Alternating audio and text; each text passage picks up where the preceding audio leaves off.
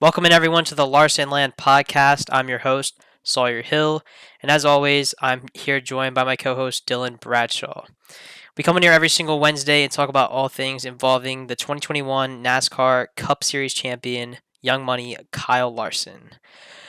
Kyle Larson was able to pick up a second place finish and was so close to getting that win this past weekend at Kansas. Dylan, what were your thoughts on the race? Yeah, overall it was a pretty good race, I'd say. There was a fair amount of lead changes, a good performance on the mile and a half track, a little different from last year. We had 18 lead changes with 10 different drivers in the Sunday race, and it's slightly fewer. We saw 24 between the 8 drivers last year, but I don't think it's a crucial difference. I think it was overall a good race, minus the tire problems we had, which it's kind of reaching to the point where it could become detrimental to the quality of the races. But overall, a pretty good race, and pretty happy with the result. We got a second place finish. Thought we had it there at the end, but didn't have enough for Kurt Busch. He was really quick. Yep, Kurt Busch was very fast, very intense end of the race, as you said. Both of the Busch brothers were up there battling for the lead with Kyle Larson. I thought Kyle had enough to get there to the finish at one point, and then kind of looked like he faded away a little bit. Kyle Busch came on to him, and then Kyle Busch faded back.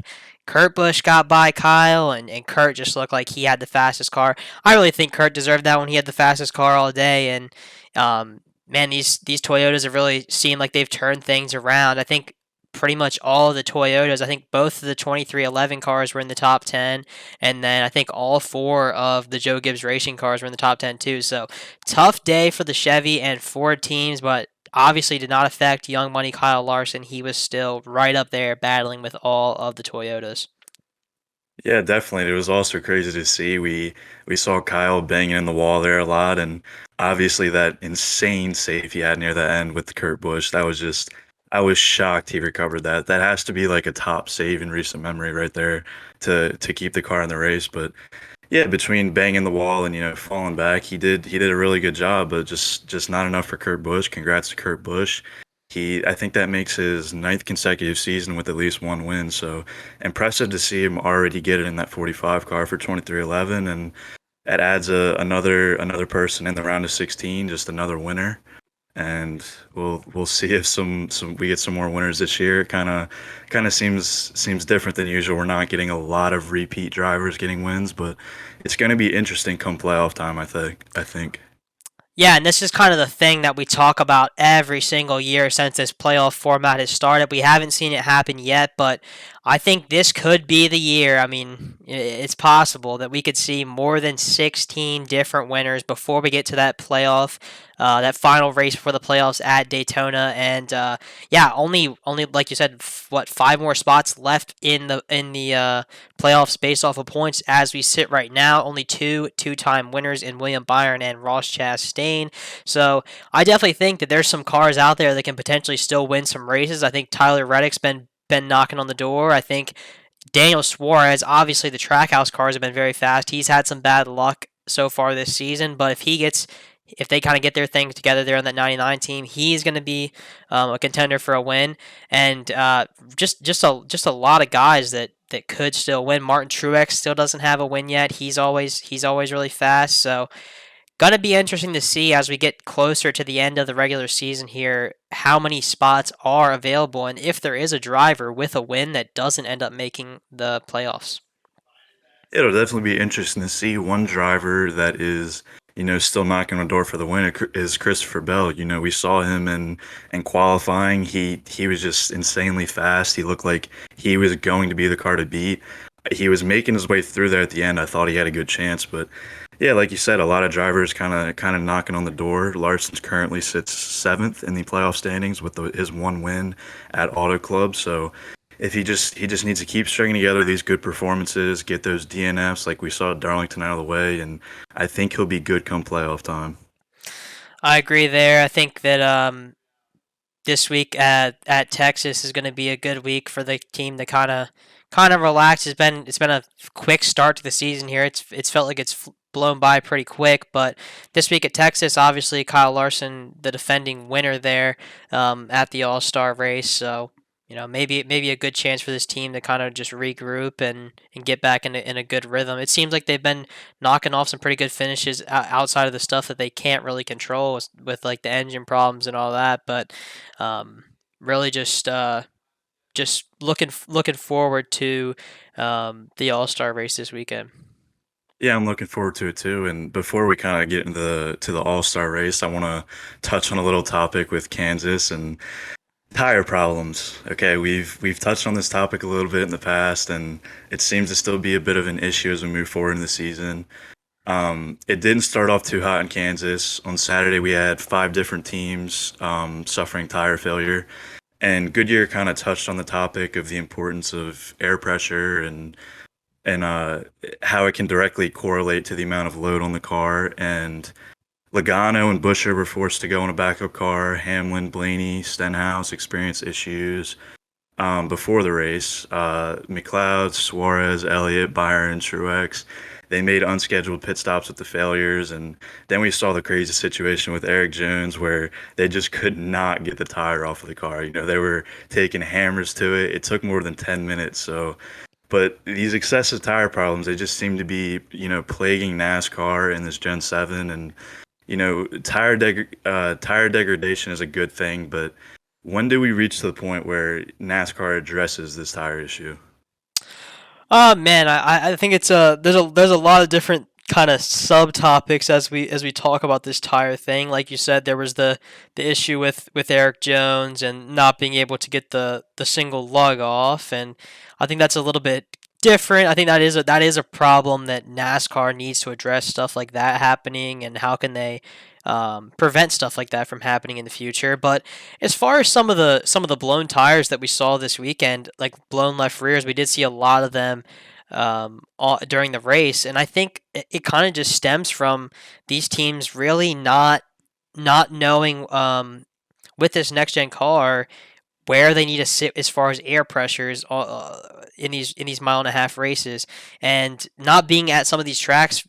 This is like the first time they've been at Kansas with the next gen cars, so they really don't know how the tires are going to hold up. They don't know where they should sit with air pressure in comparison to in the past, and I think some of the teams found out the hard way. But I think this season and last season, for example, with less mile and a half tracks on the schedule due to the addition of more road courses and stuff like that, I think that these teams are kind of they don't really know what to expect as much. And as the season gets going more here, I think that we'll see less and less of these tire issues. But like you said, the wheels coming off, the problems with the lugs, that's really the stuff that worries me. I think that that stuff really does need to be addressed by NASCAR, because with some of the stuff, I don't think there's anything the crews can really do to prevent it.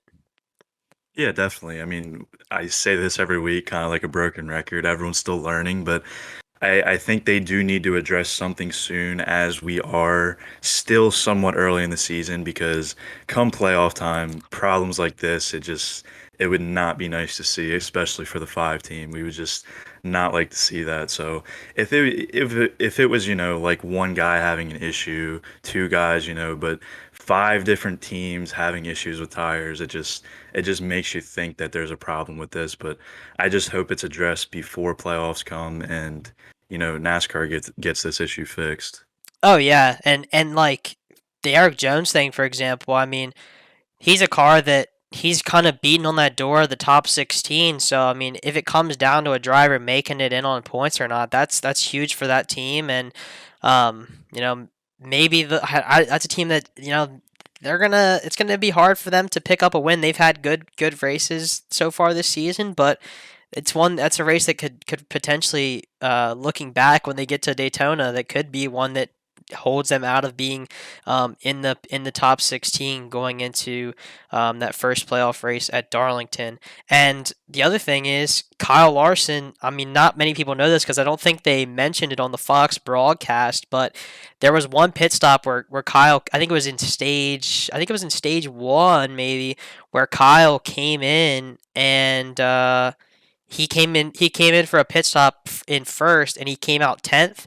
And I don't think they said it on the Fox broadcast, but he kind of had a similar issue to what Eric Jones had, where on I think it was either the left rear or the right rear tire, they had a hard time getting that lug off. It was so tight that they just couldn't get it off, and he lost. That's why he lost those spots on pit road. So hopefully some of this stuff gets addressed before we get to the playoffs, like you said. But so far, knock on wood, the problems haven't been too bad for the five car. Yeah, definitely. I'd say the Gen 7 is doing well so far, other than the tire. So, the introduction to the Gen 7 has been decent. We've gotten some decent races out of it. Like I said earlier, the mile and a half tracks are, kind of seeing life.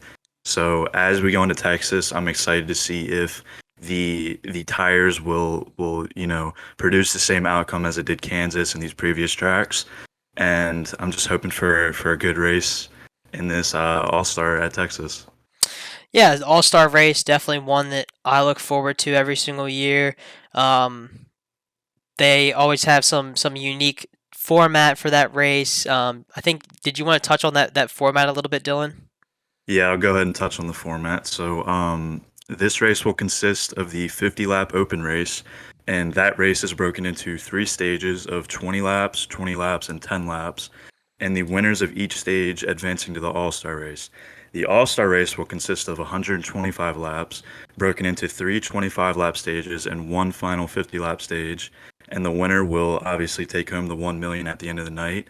Kyle Larson is the defending winner of the All Star race, taking home that $1 million payday in 2021. All right, so for that All Star race, usually we've seen the series kind of do some like unique stuff for that race as far as like qualifying. I think this year they also have like the qualifying for the actual All Star race itself. I think they have like the first round of qualifying is just like normal single car qualifying, and then I think for the second round, I don't know if I think it's like the top 10 drivers. They have like they'll go in and they'll run a lap, and they have to do like a pit stop incorporated into that lap with it and like all timed together. So it's kind of qualifying is going to be including the pit crew and the driver for that final group, which I think that's pretty cool, and obviously something that wouldn't be done in a normal race, but kind of gives the pit crew a opportunity to shine for that race. Yeah, I actually have the practice and qualifying format pulled up. I'll go ahead and go over that. So we have two practices, 15 to 20 minutes each. And the round one of qualifying, it's a single car, one lap each. And the top eight advance to head to head elimination style. And then round two is the top eight qualifiers from round one. Elimination bracket features two cars staged in side by side pit stalls near end of pit road. Pit crews perform four tire stop and drivers exit pit stall on the track with no speed limit. First car to finish line advances to the next round, and the final pairing competes for the pole. Kind of really cool stuff there. I like that format, and yeah, really looking forward to watching that on Saturday. We'll get to the overall schedule here in a little bit, but before we get to that, like to kind of backtrack to earlier before Kansas this weekend, where Kyle Larson made what I would think is kind of a surprise appearance with the XR Super Series there at the dirt track at the Charlotte Motor Speedway. We kind of thought that Kyle was going to be running the second or the third and fourth races of the Flow Racing Night in America Series there at the Spoon River Speedway and Lincoln Speedway there in Illinois, but he opted to stay close to home, and it ended up paying off on the second night of that event. He started on the pole and led every single lap en route to his $25,000 victory. Really good performance there by Kyle Larson. Yeah, I'd have to agree. Night one, he started fifth, he finished eighth, didn't look too fast there, but like you said, night two, Larson just all around dominated in Charlotte. He qualified fastest, he won his Heat 1 race, it put him on the pole, and he did very well in the 30 lap feature. It was actually caution free, and he held that lead over Brandon Overton, and he looked very composed racing through the lap traffic, which, as we've seen, is something that Kyle has been, kind of working to improve on in the late model. And Larson actually joined Madden, McCready, Davenport, and Ferguson as winners in the inaugural season of the XR Super Series. So, we've seen some good races in the XR Super Series and some good cash prizes. So, the broadcast hasn't necessarily been the greatest. I've seen people complain about that, Sawyer being one of them. But XR, I think they're stringing together a good series here, and they're definitely competing with the big dogs. And I hope to see some more good races in the future from them. Yeah, and I mean, I think the broadcast will obviously get better as we go along here. I think this past weekend it was definitely the best it has been so far, in my opinion. Some of the Bristol broadcast wasn't really that good. And then also All Tech, there was some problems on the second night there where they were kind of cutting in and out with the broadcast. But like I said, I think that stuff will improve as time goes on. And XR has really done a great job so far this season with these races, and just really would like to see. I think All Tech there was a good crowd there, but like Charlotte didn't seem like it was a ton of people there. Would like to see some more people come out to the track, and I think overall, if this series could do a little bit of a better job promoting their events, they could get a lot more fans out there to the track, especially with Kyle Larson out there. I mean, who doesn't want to go see Kyle Larson race? Oh, definitely. Yeah, when I went to Alltech, it was way more people there than I imagined.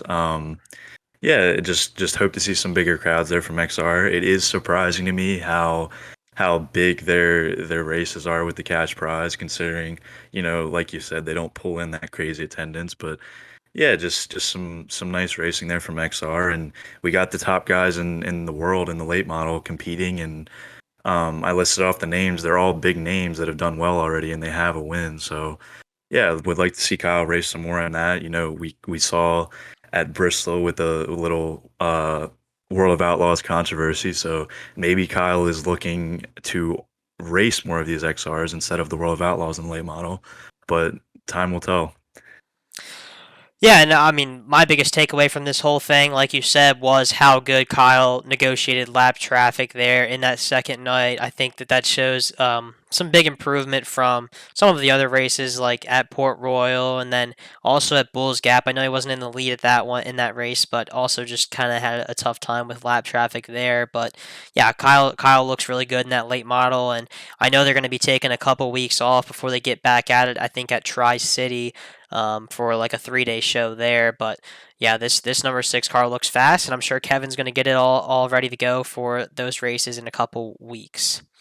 So looking ahead, like I said, to Kyle Larson's schedule here for the next week or so. On Saturday, the 21st, NASCAR Cup Series will practice and qualify at the Texas Motor Speedway. You can catch all of that action on Fox Sports 1 starting at 7 p.m. Eastern Time.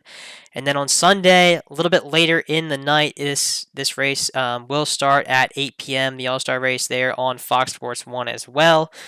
And then right after the NASCAR action on Sunday, Kyle Larson will get back to the Charlotte area there in Salisbury, North Carolina at the Millbridge Speedway for the first ever race of the Extreme Outlaw Midget Series. You can catch that action on Dirt Vision as always at 6:30 p.m. Eastern Time, and then also that race carrying over a doubleheader onto the 24th there at Millbridge. Dylan, I know we don't know which car Kyle's going to be running there at Millbridge, whether he's going to be in the Chad Boat midget or if he's going to be in his own Flow Racing sponsored midget. But I think Kyle's going to be very strong there. He looks like he's always really good in the midget. Yeah, it's always nice to see him in a different car taking over in the midget. And yeah, I think he will be strong. Whether it doesn't matter what car he's in, he always usually puts out a performance. So yeah, just excited to see him in a different car, and kind of straying away from that a little bit. You mentioned Texas. I want to go ahead and list off his Texas stats. I know it's obviously a different format as we said, but just want to go over his stats there. He has 14 starts, 330 laps led, four top fives, five top tens, an average start of 15.5, an average finish of 18.4. and 4 DNFs, and he obviously has that win last year from the All Star race. So I'm hoping that he picks up another one here in this interesting All Star format that we have, and excited for Sunday. Me too. I'm really looking forward to these races. I'm looking forward to the All Star race as well as this Extreme Outlaw deal there in Millbridge. I'm really looking forward to that. Wish I could make my way down there, but we'll be watching on Dirt Vision, um, and just alongside everybody else there. But Dylan, did you have anything else you wanted to cover today in today's show? No, not too much. We covered the format, which is obviously kind of a complicated to some. So you can find the format pictures on NASCAR's site if you want to have a better thing broken down. We'll actually link that so you guys can see a better picture of the format and how it's broken down to better understand it. And yeah, we'll be posting everything as usual on our story. We'll be posting all of our posts, keeping up with the races, and just stay tuned for all that. Turn on post notifications if you don't have them on already. We post updates now on Twitter actually with the, in-depth kind of race info. So keep up with that. Turn post notifications on Twitter. That's probably the best platform to stay up to date on. So yeah, just stay tuned with that, and we hope you guys enjoy the races upcoming on Kyle's schedule. All right, so I think that pretty much wraps up everything here today on the show. So thanks again for everyone for tuning in and listening. As always, check out the link in our description for some awesome Kyle Larson Facebook groups. We'll be back again next Wednesday, as always, to recap this weekend's race at Texas, as well as all of the other dirt racing on Kyle's schedule. If you're watching this on YouTube, please don't forget to like this video and subscribe. And if you're listening on Apple Podcasts, please follow our podcast so you don't miss a thing. Have a great rest of the week, everyone, and enjoy the on track action over the next week. We will see you in the next episode.